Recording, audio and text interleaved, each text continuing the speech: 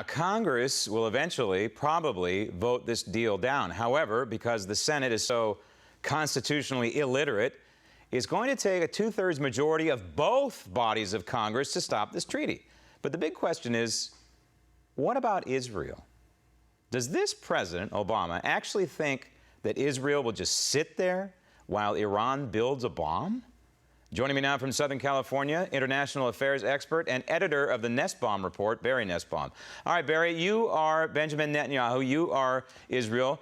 You have pretty good intelligence that Iran is going to come up with a nuclear weapon probably before the end of the year. What do you do? What are your options?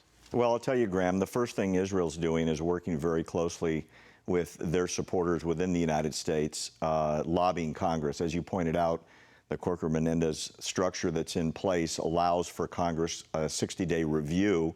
Unfortunately, as you also pointed out, it's going to take a two-thirds majority of both the House and the Senate to override the agreement that Kerry brought back from Switzerland, and that's going to be a tough fight. Okay, but let's face it, Israel is a one nuclear bomb nation. You have a nuclear strike in Tel Aviv, and you're taking out much of the population. Israel is a small country. It can defend itself, yes, but it's a relatively, geographically speaking, a small country. Do you think that we might see, before Barack Obama's out of office, a defensive, proactive strike?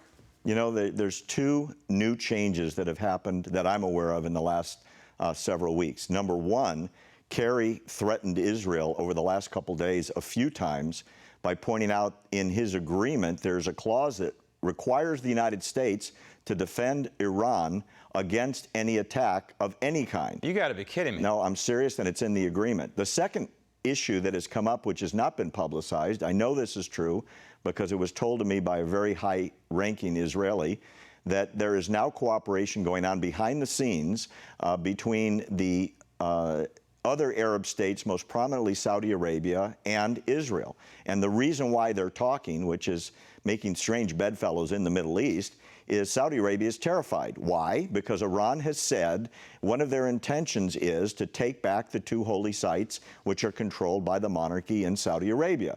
And if they have nuclear weapons and they have the missiles to deliver them, Saudi Arabia, like Israel, is going to be in a world of hurt. You're talking about Mecca and Medina? Absolutely. And I was told literally that there's very high-ranking talks going on between the military in Saudi Arabia and in Israel over flyover patterns, support from Saudi Arabia should a strike become necessary. And I can tell you, because I've been there, there's a base in northern Israel where Israel is training for that possibility. Okay, so Benjamin Netanyahu clearly has been a canary in the coal mine this entire process, and he continues to be. Roll tape.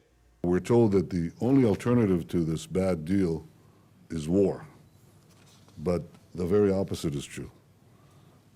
By strengthening the terrorist state of Iran, this deal makes war not less likely, but more likely.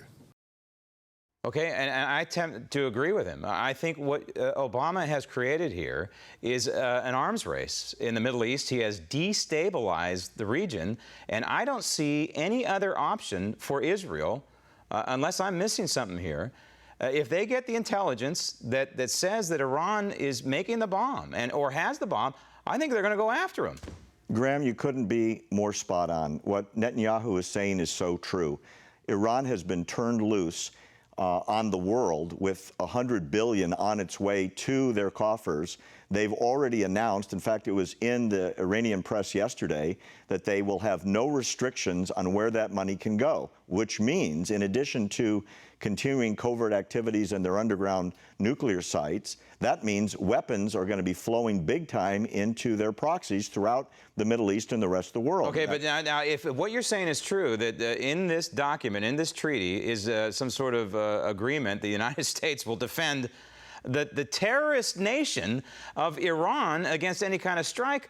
What do you think's going on back channel here? I mean, Israel must be screaming at Washington, D.C. right now. What have you done? Do you think that there's some sort of back channel negotiations going on here? Or is the White House just saying, hey, shut up and deal with it? Well, what the White House has done is sent 2 or 3 emissaries to Israel in the past week Supposedly, there are some very, very big bribes being put on the table in Israel in the scoping of new advanced defense cooperation between the United States and Israel, meaning, hey, we're going to give you more weapons, and we make big promises about what we'll do should X, Y, Z will happen. Please stop lobbying our Congress and get out of the way of our deal. Look, they're already talking about a peace prize for Kerry in Sweden. It's already been announced. Right, so, but again, it's all window dressing, right? What's the bottom line here? We're almost out of time. What's the bottom line here? Is this deal going to go down in history just like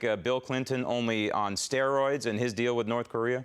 I think it could be worse because the Koreans, while they lied to Clinton in '94 to make that deal, the difference is the Iranians are apocalyptic by religion and don't mind dying in that last battle. So mutually assured destruction does not work with them. Right. If they make the decision to launch and they get those nuclear missiles that they're about to finish with ballistic capability to deliver to North America, not only is Israel in a world of hurt, but the United States is going to be at risk, and we don't have the missile defense to bring those weapons down. I think this treaty seals Obama's fate in history. He's going to be up there with Carter and Clinton and Neville Chamberlain, for sure. I couldn't agree with you more. Barry, thank you. Good to be with you.